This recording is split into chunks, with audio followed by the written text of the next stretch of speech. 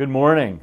It's often been said that history is written by the winners. In other words, those in power call the shots when telling the story that future generations are going to hear. Until 40 years ago, about the time I started teaching, it is safe to say that half of humanity was largely missing from our story. The spectacular contributions of great women and the essential work of ordinary women was either overlooked or taken for granted. Since 1987, March has been designated as Women's History Month, and this year's theme is Valiant Women of the Vote. 2020 is the 100th anniversary of the 19th Amendment, the provision of the Constitution granting women the power of the vote. Wisconsin, by the way, was the first state to ratify the 19th Amendment on June 10th of 1919. Just imagine that for 131 years of our national history, women were barred from voting. Ironically, and you may not be surprised when I tell you this, women today vote in higher numbers than their male counterparts. In our most recent election, for example, 63% of women voted to 59% for men. My grandmothers were both born in 1897 and therefore were among the first women in the United States eligible to vote in national elections in 1920. Both were highly educated and strong women who proudly participated in politics throughout their lives. The story of women's suffrage, that's another word for voting, is a powerful chapter of our shared history, and we want to highlight that story in March.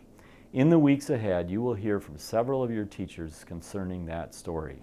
Throughout March, I encourage all of you to reflect on the important women in your life and realize that while we continue to make progress regarding the role of women in our society, we still have a long way to go. Thanks for listening and have a great day.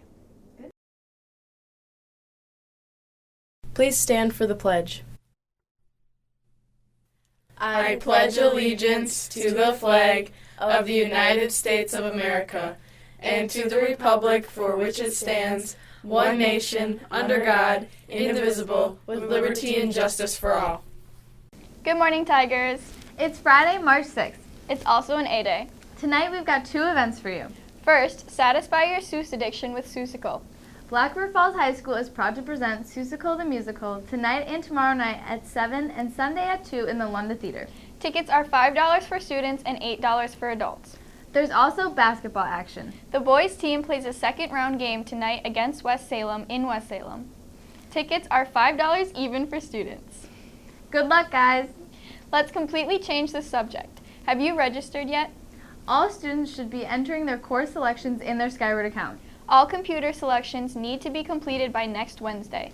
You also will need to hand in your paper registration form to your advisor when you are done with the computer process. Students who are interested in registering for AP World History next year need to have Mr. Shepard sign off on their registration sheets. This must be done before you submit your course request online. If you have any questions about the course, please speak with Mr. Shepard, any of the other social studies teachers, or any of the students who took the first course this year.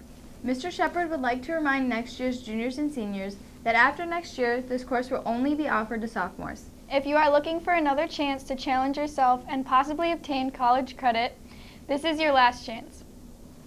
For GM97, I'm Whitney Hench. And I'm Genesis Cernick. Have a great day, Tigers.